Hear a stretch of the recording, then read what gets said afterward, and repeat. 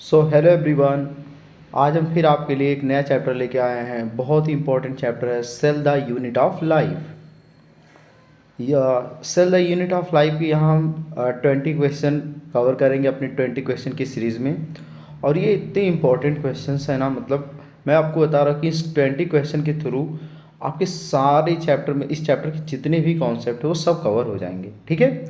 और चैनल को आप ज़्यादा से ज़्यादा लोगों को शेयर करिए और सब्सक्राइब करिए ताकि आपको नेक्स्ट वीडियोस मिलते रहें। आगे की सीरीज़ में हम फिजिक्स केमिस्ट्री के सारे चैप्टर्स कवर करेंगे।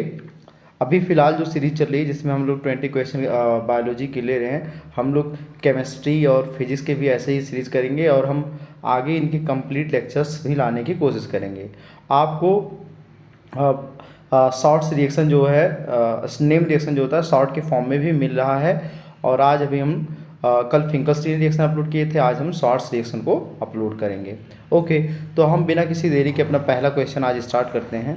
और क्वेश्चन नंबर 1 ये देखिए क्या है। क्वेश्चन नंबर 1, क्वेश्चन नंबर 1 कह रहा है कि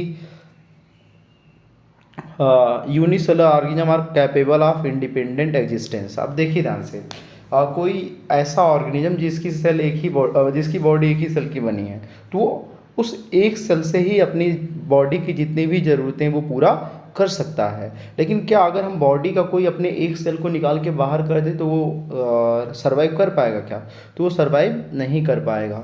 तो यहाँ ये unicellular organism are capable of independent existence, ये पहला स्टेटमेंट क्या है? ट्रू है। पहला स्टेटमेंट जो है यहाँ पर वो ट्रू है। ठीक है। फिर अगला देखिए, दूसरा स्टेटमेंट क्या है? Cell is the fundamental structural and functional unit of all organism. ये भी बात तो सही है। ठीक है, हमेशा ही लाइन बताई जाती है। अब फिर अगला लाइन बोला है all cell arises from pre existing cells. कह रहा है जितने भी सेल होते हैं पहले से ही किसी प्रेजेंट सेल से बने होते हैं। ठीक है। ओमनी सेलुला ई सेलुला हम लोग इसको बोलते हैं। रुडोल्फ विर्को ने ये कॉन्सेप्ट दिया था, all cell arises from pre existing cell. ठीक है। फिर अगला स्टेटमेंट है the cytoplasm is the main arena of cellular activities. Cytoplasm एक ऐसा जगह है जिसमें सेल की जितनी भी एक्टिविटीज़ होती है वो होती हैं in the both plant and animal, चाहे वो प्लांट एनिमल सेल हो चाहे एनिमल का सेल हो। तो यहाँ चारों स्टेटमेंट जो है वो सही दिख रही हैं। तो आपका ऑप्शन जाएगा यहाँ पर थर्ड, जिसमें ए बी सी डी चारों सही हैं। अगला क्वेश्चन नंबर 2 देखिए। क्वेश्चन नंबर 2 क्या है? मार्क द ट्रू और फॉल्स। ऊपर 3 स्टेटमेंट दिए हैं और यहाँ ऑप्शन दिया कि कौन सा ट्रू है कौन सा फॉल्स है, ये चेक करना है। The membrane of erythrocyte. अब एरिथ्रोसाइट यहाँ जो है वो आरबीसी को बोला जाता है, रेड ब्लड सेल्स को। ठीक है। RBC has approximately 40% protein. ठीक है, 40% क्या बोला है? प्रोटीन बोला है और 52% लिपिड। अब ये देखिए यहाँ हमेशा कन्फ्यूजन होता है कि प्रोटीन 50 था 52 था कि लिपिड 42 था। तो आप ध्यान रखिए, देखिए P for protein, P for ये समझिए पी फॉर 5 भी आता है, 5 जिसको बोलते हो। ठीक है। प्रोटीन 52 होगा और लिपिड में ये 40 आ रहा है। देखिए 40 जब आप बोलते हो 40 तो एल आई आता है 40 में, तो लिपिड भी कितना है? L I. तो लिपिड का 40 रहता है, प्रोटीन का 52 रहता है। आपको जैसा भी ट्रिक याद हो आपका याद कर लीजिए। लिपिड 40 का है और प्रोटीन 52, तो यहाँ तो उल्टा बोला इसने, तो ये स्टेटमेंट क्या हो जाएगा? फॉल्स। पहला जो आपका वो क्या है? फॉल्स है। दूसरा देखिए, cell membrane is composed of lipid that are arranged in bilayer. Cell membrane जो होता है ऐसा बाई लेयर लिपिड की तरह अरेंज होता है, जिसमें जो होता है टेल इनवर्ड अंदर की तरफ होते हैं और हेड कहाँ होते हैं? आउटवर्ड। ठीक है। ये ऐसा अरेंजमेंट होता है, ऐसा कुछ अरेंजमेंट यहाँ पर सेल मेम्ब्रेन के लिपिड का देखने को मिलता है। टेल्स इनवर्ड होते हैं और हेड कहाँ होते हैं? आउटवर्ड्स होते हैं। ठीक है। तो ये बात तो ट्रू है। अगला बात क्या है? Primary cell was is capable of growth which gradually diminish as the cell mature. कह रहा है प्राइमरी सेल जो होता है वो ग्रोथ के लिए कैपेबल होता है। ठीक है, सही बात है, फ्लेक्सिबल होता है, ग्रोथ होता है और धीरे धीरे ये डिमिनिश हो जाता है जैसे सेल क्या होती है? मैच्योर होती है। तो ये भी बात क्या है? सही है। तो यहाँ पर हमारा जो है पहला ऑप्शन जो है, पहला स्टेटमेंट वो फॉल्स है, बाकी दोनों ट्रू हैं। तो एफ टी टी ये पहला ही हमको दिख रहा है, बाकी सबका पैटर्न अलग है। तो ये पहला हमारा क्या हो जाएगा? सही। पहला ए स्टेटमेंट फॉल्स है और बी जो है ट्रू है और सी क्या है? ट्रू है। ठीक है। ओके, चलिए क्वेश्चन नंबर थर्ड हम देखते हैं। क्वेश्चन नंबर थर्ड क्या है, कह रहा है कि एसर्शन एसर्शन रीजन टाइप का क्वेश्चन बहुत इंपॉर्टेंट होता है, आप ध्यान से देखिएगा इसको। कह रहा है the number of mitochondria per cell depend on the physiological activity of cell. Mitochondria में जो सेल की संख्या है वो डिपेंड करती है सेल की फिजियोलॉजिकल एक्टिविटी पर, कि सेल कितना फंक्शन कर रहा है। क्योंकि माइटोकॉन्ड्रिया क्या है, mitochondria powerhouse of cell बोलते हैं। तो सेल को जितना ज़्यादा वर्क करना पड़ेगा, माइटोकॉन्ड्रिया की संख्या क्या होनी, एनर्जी ज़्यादा चाहिए, तो माइटोकॉन्ड्रिया संख्या ज़्यादा होना चाहिए। रीजन क्या कह रहा है कि mitochondria produce cellular energy in the form of ATP, है ना। और जितनी ज़्यादा एक्टिविटी चाहिए उतनी ज़्यादा एनर्जी चाहिए। तो यहाँ एसर्शन भी ट्रू है और रीजन भी ट्रू है। एसर्शन रीजन को करेक्ट एक्सप्लेन भी कर रहा है ना, कि संख्या क्यों ज़्यादा होनी चाहिए, क्योंकि ऐसा ऐसा क्वेश्चन खुद करो कि संख्या ज़्यादा होना चाहिए क्योंकि माइटोकॉन्ड्रिया क्या है, सेलुलर एनर्जी है in the form of ATP, ये प्रोड्यूस करता है माइटोकॉन्ड्रिया, ठीक है, सेलुलर एनर्जी को। क्वेश्चन नंबर 4 देखिए क्या है। क्वेश्चन नंबर 4 है एसर्शन और रीजन ये भी है। Ribosome are the granular structure first observe under the electron microscope, ठीक है, dense particle by George Palade in 1953, ठीक है। अब देखिए स्टेटमेंट पूरा, तो स्टेटमेंट भी आप ध्यान रखिए, ये ध्यान रखिएगा, जॉर्ज पैलेड ने देखा था, इलेक्ट्रॉन माइक्रोस्कोप से देखा था, ये भी ध्यान रखिएगा। क्योंकि ये होता क्या है ना, आप नॉर्मली पढ़ोगे इलेक्ट्रॉन माइक्रोस्कोप दिया, वहाँ दे देगा कि नॉर्मल माइक्रोस्कोप, लाइट माइक्रोस्कोप, तो वो गलत हो जाता है। तो इलेक्ट्रॉन माइक्रोस्कोप ही ध्यान रखना, और ये इसका डेट भी याद रखना 1953। रीजन क्या है, अब खोजा था इसको, ribosome are composed of RNA and protein. तो बात तो ये सही है, लेकिन क्या उसका इससे कोई लेना देना है, नहीं। तो उसमें उन्होंने खोजा था इसलिए क्योंकि ये था, नहीं, ये इसका कोई इसमें कनेक्शन नहीं है। स्टेटमेंट दोनों करेक्ट हैं, लेकिन ये एक्सप्लेनेशन नहीं है। तो आप देखिए वाला कहाँ है, नॉट करेक्ट एक्सप्लेनेशन, ये है आंसर नंबर कौन सा जाएगा, 2, ठीक है, आंसर 2 जाएगा इसका। Both assertion and reason are true but reason is not correct explanation of the assertion। Okay, चलिए अगला देखते हैं हम लोग क्वेश्चन नंबर 5 पर। ये मैच द कॉलम टाइप का क्वेश्चन है, क्वेश्चन नंबर 5। इसमें देखिए कह रहा है कि जो प्रोकैरियोटिक राइबोसोम है उसका अरेंजमेंट, देखिए यहाँ पर है यूकैरियोटिक साइटोप्लाज्म में राइबोसोम कैसा होता है, वो यूकैरियोटिक सेल के साइटोप्लाज्म में जो राइबोसोम होता है वो 80S टाइप का होता है। कैसा होता है, 80S टाइप का होता है। और प्रोकैरियोटिक जो राइबोसोम है उसको 70S बोलते हैं। तो अब दो का तो ऐसा देख लीजिए जिसमें ए का 1 जा रहा हो, और नहीं, ए का 4 जा रहा हो, सी का 1, ए का 4 सी का 1, ए का 4 तो यहाँ है, ए का 4 यहाँ है, सी का 1 इसी में, केवल तो ख़त्म हो गया, बाकी हमको देखना भी नहीं है ना। तो देख रहे ना कितना ईजिली हो गया, कितना आसानी से हम लोग इसको कर ले गए, ठीक है, करना भी कुछ नहीं था। अब देखिए, अब यहाँ आप मिला सकते हो कि बी का जाएगा किस पर, 3 पर जाएगा। एक्सोनीम जो होता है 9+2 अरेंजमेंट होता है, 9 पेरीफेरी होते हैं और 2 बीच में होता है। और सेंट्रियोल जो होता है वो सेंटर में कुछ नहीं होता, सेंट्रियोल के बगल में 9 के ट्रिपलेट्स होते हैं और सेंट्रल में 0 होता है, ठीक है। तो 9+0 का अरेंजमेंट D2 आपका दिखेगा। तो यहाँ आंसर जाएगा कौन सा, 2 जाएगा, ठीक है। चलिए अगला हम क्वेश्चन नंबर 3 देखते हैं। क्वेश्चन नंबर 3 क्या दे रहा है, 6 क्या दे रहा है, सॉरी, क्वेश्चन नंबर 6 में कह रहा है how many of the function given below are the perform by cytoskeleton. Cytoskeleton एक इंपॉर्टेंट पार्ट होता है, यहाँ से क्वेश्चन जरूर आते हैं। ये मैकेनिकल सपोर्ट करता है, एग्जैक्ट सही है। ये मोटेलिटी प्रोवाइड करता है, ये भी सही है। फूड स्टोरेज, साइटोस्केलेटन का फूड स्टोरेज में क्या लॉजिक है, तो ये गलत हो जाएगा। मेंटेनेंस ऑफ सेल शेप, हाँ ये भी सही है। ऑक्सीडेटिव फास्फोराइलेशन, इसका कोई लेना देना नहीं। हेट्रोफैगी, इसका भी कोई लेना देना। तो यहाँ कितने फंक्शन हैं जो साइटोस्केलेटन के हैं, 3। तो आंसर जाएगा हमारा 2, मैकेनिकल सपोर्ट, मोटिलिटी और maintenance of shape of the cell. Okay, चलिए अगला क्वेश्चन हम लोग देखते हैं, क्वेश्चन नंबर 7। क्वेश्चन नंबर 7 क्या है, read the following 4 statement A to D। चारों स्टेटमेंट हमको पढ़ना है और बताना इसमें कौन सा सही है, ठीक है। तो स्टेटमेंट ए क्या है, larger the more numerous nuclei are present in the cell activity carrying out protein synthesis. कह रहा है कि जितनी बड़ी और जितनी ज़्यादा में न्यूक्लियोलाई हुई, न्यूक्लियोलाई क्या होती है, न्यूक्लियस के अंदर जो होता है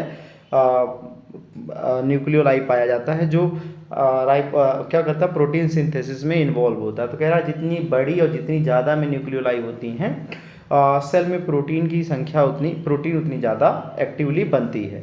तो बात सही है। अगला क्या है, cis and trans form of Golgi operators are entirely different but interconnected. दोनों का काम अलग अलग लेकिन एक दूसरे से कनेक्ट होते हैं, ये भी बात सही है। ठीक है, in animal cell the vacuole can occupy, vacuole जो ऑक्यूपाई करता है more than 90% of the volume of cell, ये भी बात सही है। ठीक है, कह रहा chloroplast are found in, chloroplast जो होता है are found in all plant cell, जितने भी प्लांट सेल हैं सभी प्लांट सेल में जो है वो क्लोरोप्लास्ट पाया जाएगा। अब देखो सभी प्लांट सेल, यहाँ ये थोड़ा सा दिक्कत हो जाएगा ना, क्योंकि कुछ सेल ऐसे भी हैं जो फोटोसिंथेसिस नहीं परफॉर्म करते हैं। ठीक है, कुछ उनका फॉर्म चेंज हो जाता है तो वहाँ क्लोरोप्लास्ट नहीं पाया जाता है। तो ऑल सेल कहना, ऑल प्लांट सेल कहना यहाँ गलत हो जाएगा। तो आंसर आपका जाएगा ABC। क्या जाएगा? ABC। ठीक है, क्वेश्चन नंबर 8 देखिए क्या, क्वेश्चन नंबर 8 हो जाएगा, if the centromere is situated close to ends. Centromere देखिए, क्रोमोसोम के बारे में बात करें तो क्रोमोसोम में जो होते हैं वो 2 आर्म होते हैं। ठीक है, मान लो तो ये सेंट्रोमेयर के पोजीशन के बेस पे उनको बांटा गया है। एक बांटा गया कि अगर ये सेंट्रोमेयर, बीच में जो सेंट्रोमेयर होता है एकदम मिड में होता है तो उसको बोलते हैं मेटासेंट्रिक। क्या बोलते हैं उसको? बीच में होता है तो मेटासेंट्रिक बोलते हैं। ठीक है, बीच में अगर होता है तो क्या बोलते हैं उसको? मेटासेंट्रिक। ठीक, मेटासेंट्रिक। और अगर क्या होता है सब मेटासेंट्रिक क्या होता है? थोड़ा सा बीच में से क्या हो, थोड़ा सा ये मान लीजिए ये पार्ट हो तो बीच में से थोड़ा क्या हो, किनारे हो, तो उसको बोलते हैं स्लाइटली अवे। एक वर्ड लिखा है तो स्लाइटली अवे, उसको बोलते हैं सब मेटासेंट्रिक। और एक में अगर एक आर्म बहुत बड़ा हो और दूसरा आर्म बहुत छोटा हो तो उसको हम लोग बोलते हैं एक्रोसेंट्रिक। और टीलोसेंट्रिक तो बिल्कुल क्या होता है कि जो सेंट्रोमेयर होता है वो उनके टर्मिनल्स पर होता है तो वो तो टीलोसेंट्रिक हो जाता है। तो इस तरह हमसे क्या बोला, देखिए the centromere is situated close to its end forming extremely short and very long. तो ये वाला जब वर्ड यूज होता है extremely short and very long, तो ये होता है एक्रोसेंट्रिक के लिए। किसके लिए होता है? एक्रोसेंट्रिक। मिड पॉइंट जब बोलेगा तो मेटासेंट्रिक, स्लाइटली अवे जब बोलेगा तो सब मेटासेंट्रिक, और टर्मिनल वर्ड जब बोलेगा तो टीलोसेंट्रिक। तो ये वर्ड्स को आप ध्यान रखिएगा। क्वेश्चन नंबर 9 देखिए क्या है, ये मैच द कॉलम टाइप का क्वेश्चन है। यहाँ देखिए गोल्जी अपरेटस, गोल्जी अपरेटस का काम क्या होता है? Formation of glycol protein and glycolipid. तो ये आंसर जाएगा, थर्ड जाएगा। लाइसोसोम जो होता है इसको हम लोग सुसाइडल बैग बोलते हैं, इसमें डिफरेंट टाइप के एंजाइम होते हैं, ये अलग अलग मॉलिक्यूल को क्या कर सकता है? पचा सकता है, तो डाइजेस्टिंग मॉलिक्यूल है ये लाइसोसोम। वैक्यूल जो होता है ये डस्टबिन बोला जाता है, trap based and excretory product. तो सी का क्या जाएगा? 2 जाएगा। और डी का किस पे जाएगा? राइबोसोम सिंथेसिस करता है प्रोटीन का, तो डी का जा रहा है 1 और सी का जा रहा है 4। तो D1 देखिए यहाँ है, सी का 4 यहीं पर एक ही जगह पर है। नहीं, सी का जा रहा है किस पर?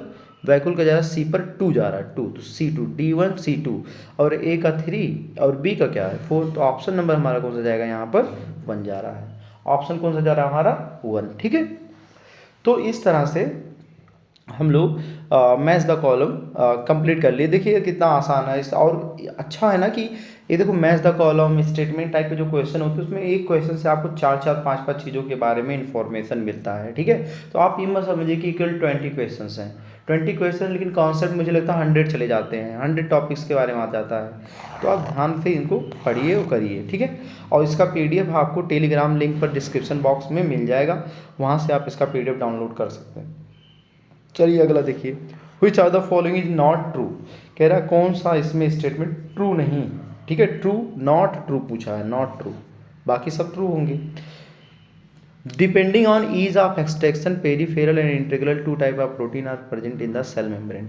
ईज ऑफ एक्सट्रैक्शन की कैसे इनको कितनी आसानी से निकाल सकते हैं, इस तरह प्रोटीन जो है वो 2 है, पेरीफेरल प्रोटीन और इंटीग्रल प्रोटीन। ठीक है, peripheral protein lie on the surface of membrane, ये भी सही है, ये भी सही है। ठीक है, और integral protein are partially or totally buried in the membrane, ये भी सही है। और कह रहा है ratio of the protein and lipid remain same in different type of, अलग अलग सेल में इनका जो कंपोजिशन है प्रोटीन और लिपिड का वो अलग अलग है। वो तो हमारे NCERT में जो दिया है 40 और 50 का, प्रोटीन 52% और लिपिड 40%, ये एरिथ्रोसाइट का दिया है। और अलग अलग सेल में जो प्रोटीन और लिपिड का रेशियो होता है क्या होता है? अलग अलग होता है। तो ये चौथा स्टेटमेंट गलत हो जाएगा। तो हमसे यही पूछा था कौन सा गलत है, तो गलत कौन सा है, डी। तो ऑप्शन जाएगा हमारा क्या, 2 जाएगा। चलिए अगला क्वेश्चन हम लोग देखते हैं, क्वेश्चन नंबर 11। ये भी मैच द कॉलम का है, लेकिन इसमें 3 कॉलम को आपको लेके मैच करना है डायग्राम को पहचानते हुए। अच्छा क्वेश्चन है, ध्यान से देखिएगा। देखिए कॉलम नंबर 1 में ये पहला शेप आपको पहचानना पड़ेगा। ये एनसीईआरटी के गिवन डायग्राम में से ये आरबीसी का शेप दिया है, और आरबीसी का शेप बाई कॉनकेव होता है। तो ये देखिए ए का जाएगा, आरबीसी कौन सा है, 3, ए का जा रहा है 3, और फिर इसका शेप कैसा होता है, राउंड एंड बाई कॉनकेव। तो A3L, तो A3L देखिए एक ही ऑप्शन में हमको मिल गया A3L। इस तरह हमारा ऑप्शन कौन जाएगा, 3rd जाएगा। बाकी चीज़ें भी हम पढ़ लेंगे। दूसरा ये है WBC, और इसका जो शेप होता है वो कैसा होता है, अमीबा की तरह होता है, अमीबाइड।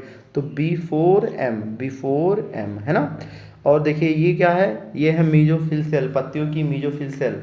तो मीजोफिल सेल जो होता है वो राउंड होती है और ओवल होती है। तो C1N जाएगा, C1N, ठीक है। उसके बाद जो है ये जो लास्ट का है डी वाला, ये ट्रैकिड्स है। ट्रैकिड जो होता है ये इलांगेटेड है, तो ये जाएगा D2K। तो देखिए पहला ही मैच ऐसा ही, देखिए इसमें पहला ही मिला है और हमारे चारों क्या हो गए, सही हो गए। तो इसमें हमारा ऑप्शन कौन सा जाएगा, 3rd जाएगा। चलिए क्वेश्चन नंबर 12 हम लोग देखते हैं। क्वेश्चन नंबर 12 क्या है, Which of the following statement is incorrect. कह रहा है इसमें कौन सा स्टेटमेंट इनकरेक्ट है, ठीक है। तो इनकरेक्ट पूछा है, ध्यान रखना। Majority of chloroplast of green plant are found in the mesophyll cell of leaf. Chloroplast जो होते हैं वो पत्तियों की मीजोफिल सेल में पाए जाते हैं, सही बात है। क्लोरोफिल जो है हमसे सही नहीं पूछा, गलत पूछा है। The chloroplast is double membrane bound and inner chloroplast membrane is relatively मोर लिख दिया भैया, ये ध्यान रखना है, मोर नहीं, लेस परमेबल। इनर वाला लेस परमेबल होता है, आउटर वाला मोर परमेबल होता है। तो यही स्टेटमेंट हमारा गलत हो गया। बाकी भी हम लोग पढ़ लें। Chloroplast pigment are present in thylakoid, सही है। Thylakoid arranged in the stack like structure, जिसको हम लोग ग्रेना कहते हैं। थैलाकॉइड होता है, फिर अगला थैलाकॉइड, फिर अगला थैलाकॉइड, फिर अगला थैलाकॉइड। तो इनको हम लोग क्या कहते हैं, ग्रेना कहते हैं। तो ये भी स्टेटमेंट क्या है, सही है। तो हमारा गलत कौन सा है, दूसरा। तो ऑप्शन भी हमारा कौन सा जाएगा, दूसरा जाएगा, ठीक है। ओके चलिए अब हम आगे बढ़ते हैं। Question number 13। क्वेश्चन नंबर 13 में हमसे पूछा है कौन सा ट्रू है कौन सा फॉल्स है। Protein synthesis in the eukaryotic cell occurs in ribosome of nucleus. Protein synthesis जो होता है यूकैरियोटिक सेल का, वो होता है न्यूक्लियस की राइबोसोम में। प्रोटीन का सिंथेसिस तो साइटोप्लाज्म में होता है ना। mRNA आउटसाइड द न्यूक्लियस आता है। तो ये पहला ही फॉल्स मिल गया हमको। अगला देखिए क्या है, ribosome are granular structure first observe under the electron microscope. ये स्टेटमेंट सही है। The sedimentation coefficient is indirect measurement density and size, ये भी सही है, ठीक है। तो स्टेटमेंट पहला जो है फॉल्स है, बाकी दोनों सही है। तो FTT कौन सा है, FTT ये ऑप्शन नंबर 4 में आपको दिख रहा है, ठीक है। चलिए अब हम अगला 14 क्वेश्चन पे आते हैं। 14 क्वेश्चन क्या है, which of the following is true regarding prokaryotes. Prokaryotes के बारे में कौन सा सही है। प्रोकैरियोट्स के बारे में पूछा है।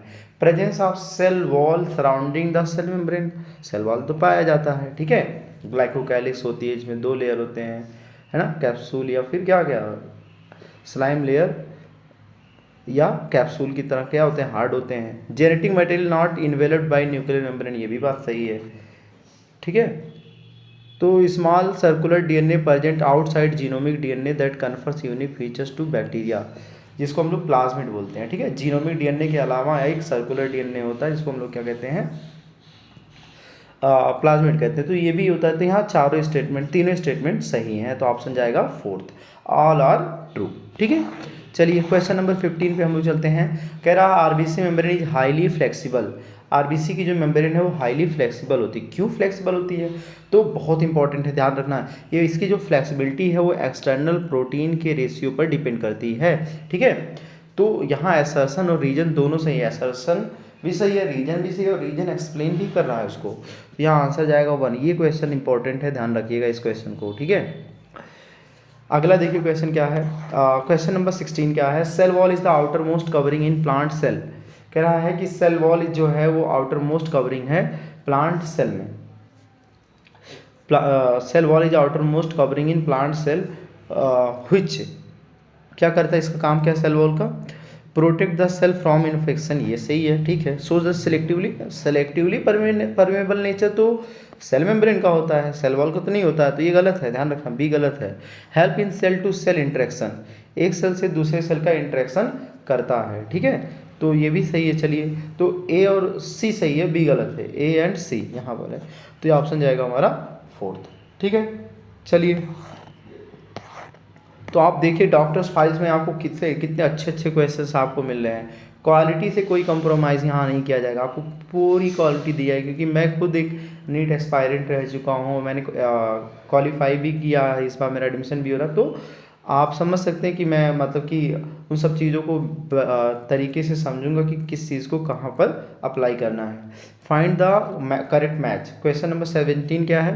अब देखिए यहाँ वही हम लोग एक इस तरह का क्वेश्चन कर चुके हैं, तो जो समझा तो उस तरह के यहाँ क्वेश्चन पूछा गया। मेटा सेंट्रिक में क्या होगा, इक्वल आर्म जहाँ होगा, सेंट्रो देखना ध्यान से, करेक्ट मैच बोला इसमें, करेक्ट मैच बोला तो मेटा सेंट्रिक जो होता है वो बीच में होना चाहिए, तो यानी इक्वल बोल दिया, गलत है। Telocentric close to its end, ये एक्रोसेंट्रिक के लिए होगा, और एक्रोसेंट्रिक के लिए क्या बोला है, टर्मिनल सेंट्रोमेयर, नहीं, ये तो टीलोसेंट्रिक के लिए जाना चाहिए था। और सब मेटासेंट्रिक जो होता है स्लाइटली अवे, हाँ ये सही है, फोर्थ आएगा सही। अच्छा, अगर चलिए ठीक है, ये फोर्थ सही हो गया, लेकिन अगर इनको आपस में ये मैच द कॉलम टाइप का क्वेश्चन होता तो मेटासेंट्रिक का, यहाँ मेटासेंट्रिक जो था वो कहाँ जाता, मेटासेंट्रिक का तो यहाँ है ही नहीं, क्योंकि वो मिडिल में होना चाहिए। टीलोसेंट्रिक का इसमें मिला देते, एक्रो का इसमें मिला देते, और सब मेटासेंट्रिक का इस पे जाता, ठीक है,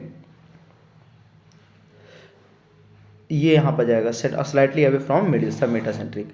अच्छा चलिए, अगला देखिए क्या है, which of the following is not related to sap vacuole.